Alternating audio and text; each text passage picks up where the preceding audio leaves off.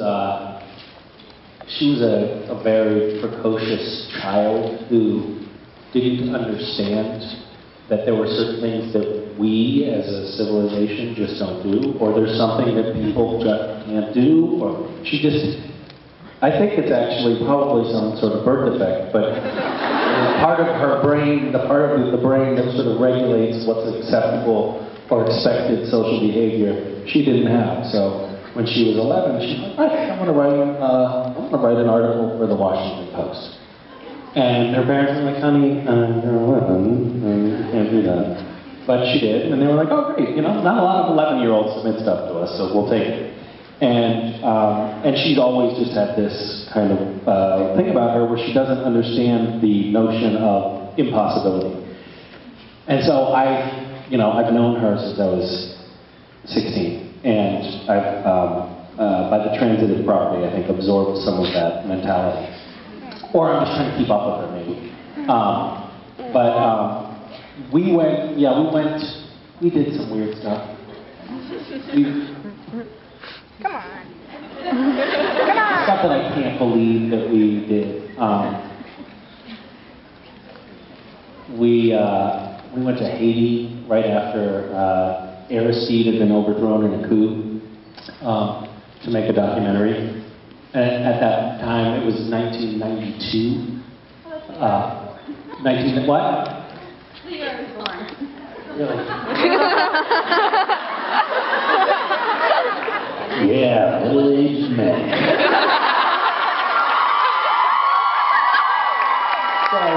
So at that time, the borders were sealed. You couldn't go there. It was very dangerous. They were doing this thing called necklacing, where they were putting rubber tires around people's heads and then lighting them on fire. And it was just like, it was a really dangerous, really sketchy time. And so Vicky was like, hey, Misha, I met this medical missionary, and he said that we could get on his plane and go down to Haiti right now. And I'm like, oh, great, yeah, let's go. That sounds like a great idea. So we went, and we stayed with this liberation theologist priest who was very close a friend and colleague of Aristide, the recently deposed dictator. So we were sleeping outside every night, and we would, every time a car would drive by, we would all just sort of like, please, please, please don't be a death squad. Because that was happening to all of Aristide's associates. We didn't get killed, it was fine. We tried to make a documentary. We didn't know what it would be about. We had no idea what we were doing.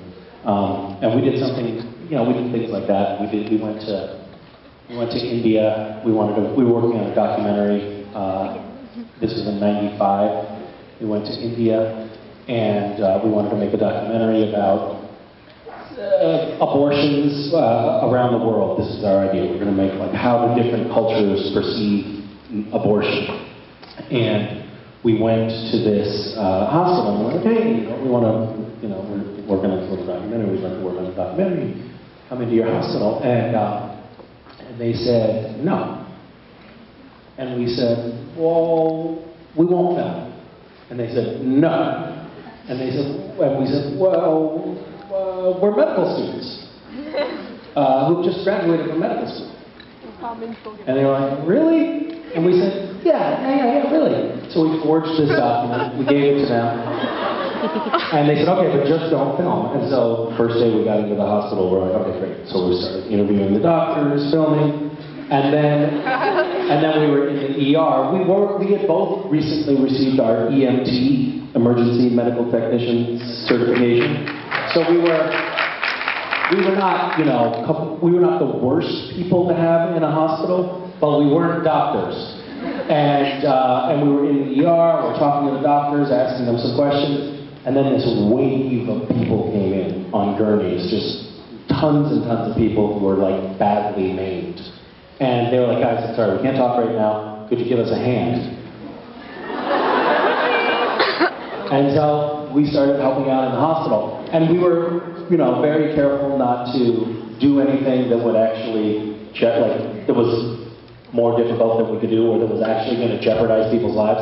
But this hospital was so egregiously understaffed, and there were so many people coming in there with such horrible injuries, that, suturing people's faces back together and stuff. That was crazy. That was totally crazy. Yeah, crazy, scary, stupid, and illegal. So, yeah, that would be an example of probably F1, I would say. I'm trying really hard, but what the fuck are you doing? Yes, so we were kind of adventurous young people. I have a lot of stories like that. We smuggled ourselves across the border into Tibet, buried under vegetables in the back of a vegetable truck, thinking, well, we'll get by them. We didn't. Butt of a machine gun. Oh, we just fell asleep in the vegetables. Hi.